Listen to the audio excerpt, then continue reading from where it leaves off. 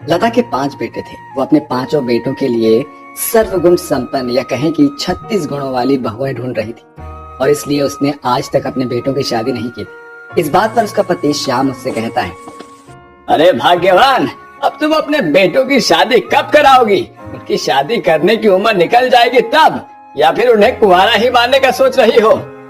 अरे ये आप कैसी बातें कर रहे हैं? आखिर मैंने ऐसा क्या कर दिया?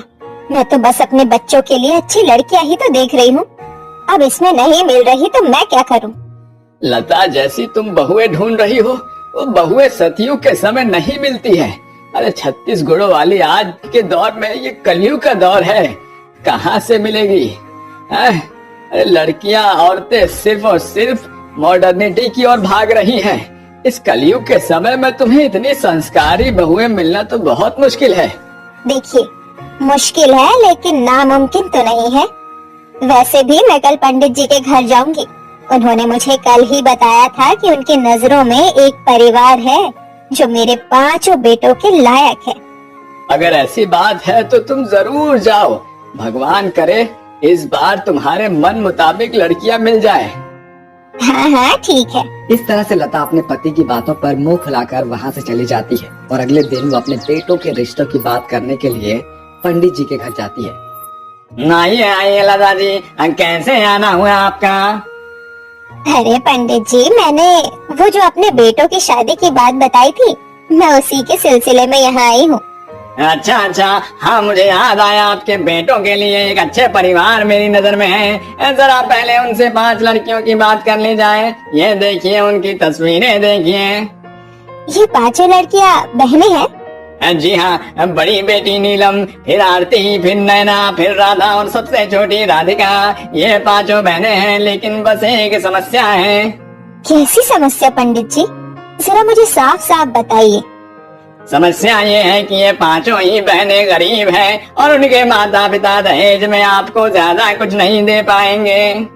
अरे पंडित जी, हमें दहेज चाहिए भी नहीं। मुझे तो अपने 5 बेटों के लिए अच्छी और सुशील लड़कियां ही चाहिए, बस, और ज्यादा कुछ नहीं। जी फिर ठीक है, मैं लड़की वालों के घर पर जाकर रिश्ते की बात आगे बढ़ाता हूँ। आप बेफिक्र रहिए। अब आप ये समझ लीजिए कि अब आपके 5 बेटों की शादी समझ लो हो गई। जी पंडित जी, आपका बहुत बहुत शुक्रिया। ऐसा कहकर लता वहाँ से चली जाती है। उसके बाद पंडित लता के 5 बेटों का रिश्ता लेकर उन 5 लड़कियों के घर जाते हैं और शादी के प्रस्ताव रखते हैं। लड़की वालों को ये रिश्ता मंजूर होता है और कुछ हफ्तों में लता के 5 बेटों की शादी हो जाती है। और जब वो अपने घर वापस आते हैं तो उनके घर में भीषण आग लग चुकी होती है। हे मारा राम जी, ये हमारे घर में आग कैसे लग गई? अभी तो हम कुछ घंटे पहले ही बारात लेकर गए थे, तब तक तो सब ठीक था। ये अचानक से ये दृश्य हमें कैसे देखने को मिल रहा है? ये सब कैसे हुआ? अरे लता बहन, पता नहीं कैसे तुम्हारे घर में गैस ब्लास्ट हो गया और पूरा घर आग की लपटों में घिर गया। मुझे तो ऐसा लग रहा है कि तुम्हारी बहू ही अपशगुनी है, अपशगुनी। देख मैत्रा, तू हमारी पड़ोसन है, इसलिए मैं तेरा लिहाज कर रही हूँ। अगर तूने मेरी बहू के खिलाफ एक शब्द भी और अपने जुबान से निकाला तो मैं तेरी जुबान खींच लूंगी। चली जा यहाँ से, नहीं तो मुझसे बुरा और कोई नहीं होगा। ठीक है, जा रही हूँ। यहाँ तो भलाई का जमाना ही नहीं रहा। ऐसा कहकर मैत्रा वहाँ से चली जाती है। लता, आज मुझे तुम पर बहुत गर्व हो रहा है। तुमने उस मैत्रा को बहुत अच्छा जवाब दिया, लेकिन अब हमें यहाँ से चलना चाहिए। लेकिन कहाँ जाएंगे हम? सब कुछ तो राख में खाक हो गया। तभी वहाँ पर लता की बड़ी बहू नीलम कहती है, माँ जी, हारे को एक तिनके का सहारा भी काफी होता है। मैं आपसे एक बात कहूँ? हाँ, बोल बहू। माँ जी, यहाँ से जंगल कुछ ज्यादा दूर नहीं है, वहाँ पर हम अपना घर बना सकते हैं। हाँ लता, बड़ी बहू बिल्कुल ठीक कह रही है। हमें यहाँ से चलना ही चाहिए। जैसा आप सभी को सही लगे। इसके बाद लता का पूरा परिवार जंगल की ओर जाने लगता है। वो चलते चलते बहुत ज्यादा थक जाते हैं, लेकिन फिर भी वो एक दूसरे को हार नहीं मानने देते। कुछ समय चलने के बाद वो सभी जंगल में पहुंच जाते हैं। लो बहू, हम सब जंगल में तो आ गए, अब बताओ क्या करना है? माँ जी, अब आप यहाँ पर बैठकर आराम कीजिए। यहाँ से आगे का काम आप अपनी पांचों बहू और बेटों पर छोड़ दीजिए। माँ जी, मैं नयन और राधा जंगल से लकड़ियाँ इकट्ठा करके लाती है। मैं और नीलम दीदी थोड़े से मिट्टी को भी इकट्ठे करके लेकर आते हैं। लेकिन बहुओं, इससे तुम करने क्या वाली हो? माँ, हम इन सब की मदद से अपना घर बनाएंगी और इसी में हम सभी अपना गुजारा करेंगे। सच में मेरी बहुएं तो साक्षात देवी माँ का स्वरूप है। ठीक है बहुओं, जैसा तुम्हें ठीक लगे तुम वैसा कर। रुको, इसमें हम पांचों भाई भी तुम्हारी मदद करवाते हैं। इसके बाद लता के पांचों बेटे और बहू मिलकर जंगल से लकड़ियां, मिट्टी और कुछ घास फूस को इकट्ठा करके लाते हैं और कुछ घंटे की मेहनत और परिश्रम के बाद पांचों बहुओं का गरीब ससुराल बनकर तैयार हो जाता है।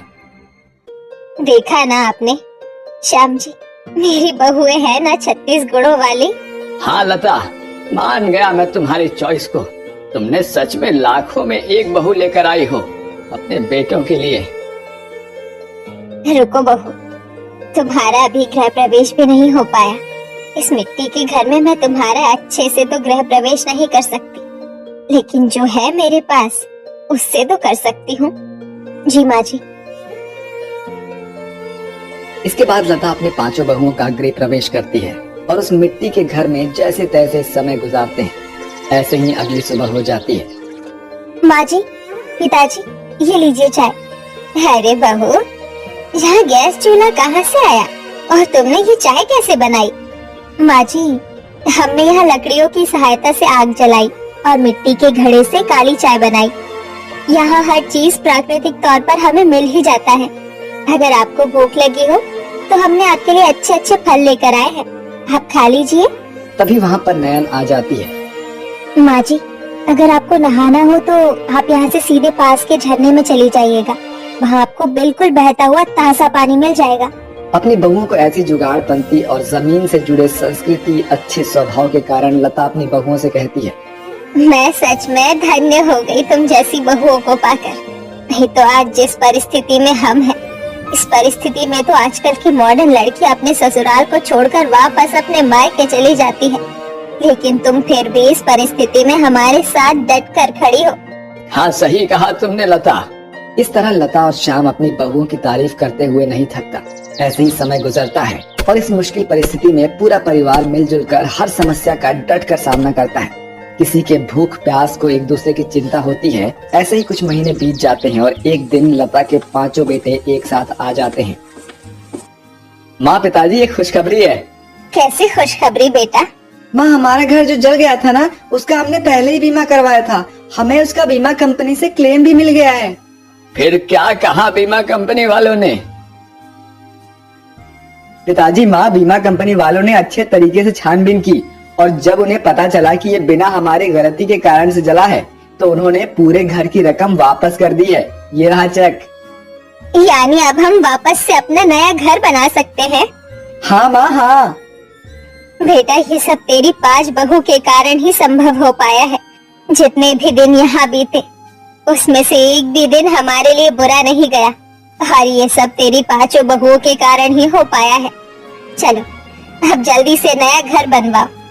जी माँ। इसके बाद लता के पांचों बेटे मिलजुल कर अपना फिर से एक नया घर बनाते हैं और कुछ महीनों बाद उनका घर बनकर तैयार हो जाता है, जहाँ लता अपनी 5 बहुओं का फिर से गृह प्रवेश कराती है। आओ बहू, तुम्हारा स्वागत है इस घर में। मैं पहले तुम्हारा गृह प्रवेश सही प्रकार से नहीं कर पाई थी, लेकिन आज मैं पूरे विधि विधान से तुम्हारा गृह प्रवेश कर रही हूँ। इसके बाद पांचों बहुएं गृह प्रवेश करके घर के अंदर आ जाती हैं और कहती हैं, माँ जी, हम भी धन्य हैं आप जैसी सास को पाकर। हाँ माँ जी, आज के जमाने में आप जैसी सास कहीं नहीं है। हाँ, जब समाज हमें अपशगुनी कह रहा था तब आपने ही हमें बताया कि हम अपशगुनी नहीं है। जी माँ जी, आपका सच में बहुत बहुत धन्यवाद। माँ जी, हम पांचों बहन ऊपर वाले से बस यही प्रार्थना करेंगी कि हर जन्म में आप ही हमारी सास बने। ठीक है, ठीक है, अब इतना भावुक होने की भी जरूरत नहीं है। और इस तरह से लता का परिवार हमेशा एक साथ हंसता खेलता खुशहाल रहता है।